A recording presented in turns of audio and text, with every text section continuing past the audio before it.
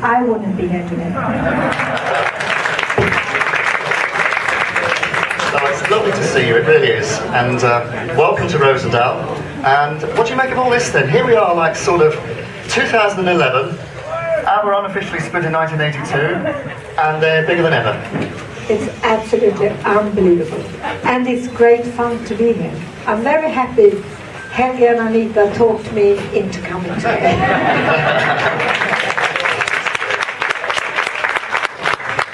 Now, one thing I've got to get off my chest, having been a fan since 1974, and I'm sure that... I know. Oh, do you know what? It's amazing, actually, when you send letters through in the 70s and all that, because we didn't have email in those days, and you always replied back to me. Probably on the same envelope, probably on the same piece of paper, in red. And I asked you to ask all sorts of silly little questions, but yes, you always came back to me. One of the things, actually, over the years, thank you very much, over the years, how do we pronounce your name? Because I've heard it Görel, Görel, Orel. What's the correct name? In Swedish, it's Görel. Görel. Hey! Now, who got it right? No, it's wonderful, actually, to have you here. And the reason why I mentioned your name there, because I could see it written on a book. I could see you maybe writing a book about all the years you've had with ABBA. Have you been asked that before? No, I've been asked that before, and it's never going to happen. My memory isn't that good. Really? Because my next question was, did you keep daily diaries?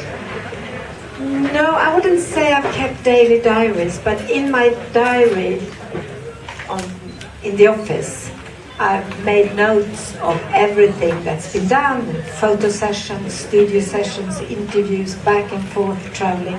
So it's actually quite fun, and that makes my memory come back. But my memory is for me. Oh, that's good. That's interesting. And I think sometimes, it's the way to go, definitely. And sometimes I must say, you have a much better memory than I have.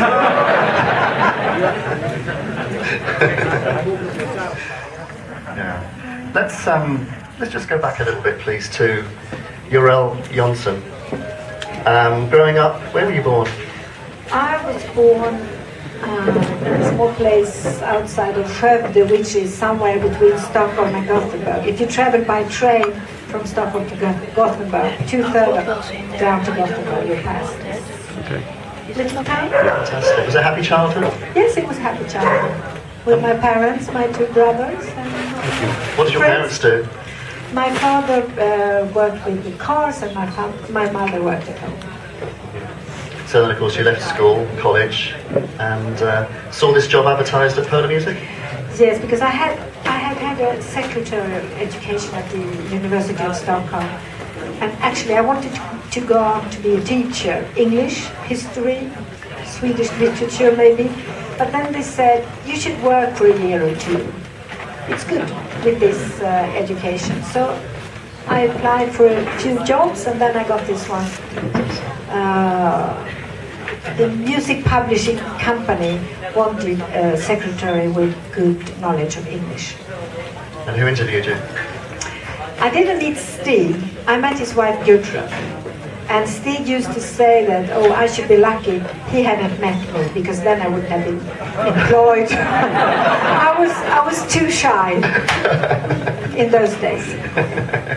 It must have been interesting actually working with the Polar family back in sort of 69, 70 with Vaughn and Benny as songwriters, and of course then they released their album Lykia. Did you get involved in all the promotions on that? I don't remember. You don't remember?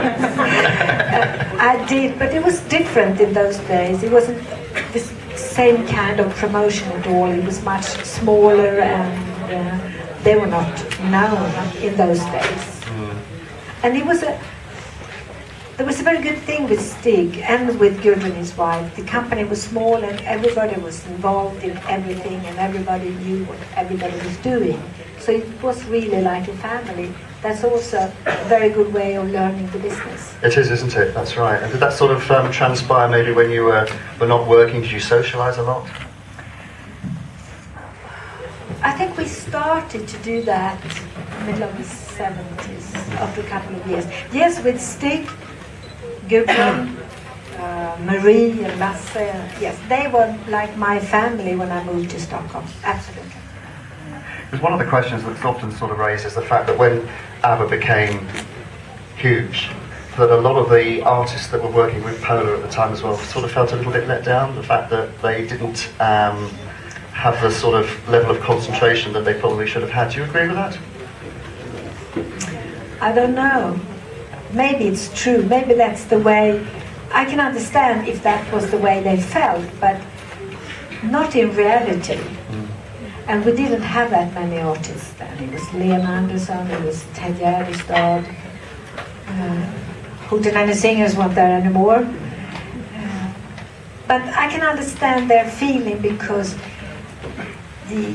everybody's eyes were on ABBA and the life they were having and the activities they had. Yeah, because I suppose when you started there in 1969, you saw them as, you know, a sort of two couples.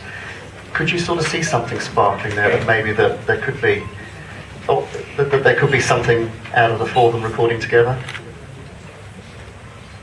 It would have been easy to say, of course. But no, because when you're in the middle of it, you don't think that. They were very talented, they wrote lovely songs, and everybody was working very hard. I mean, even during the most successful years, you didn't think of... I don't think you really realized what you were part of, not until later on afterwards. Because you were there, you were doing your job, doing it as good as you could, and then another number one. Yes, for the first 3 or 4 number ones around the world, we had champagne, but then we didn't have time anymore. maybe it was good for us. I mean, of course, we all enjoyed it and were proud and happy, but it was our job, and we had a lot of fun. But it's hard to understand what is happening all around the world when you're in the middle of it.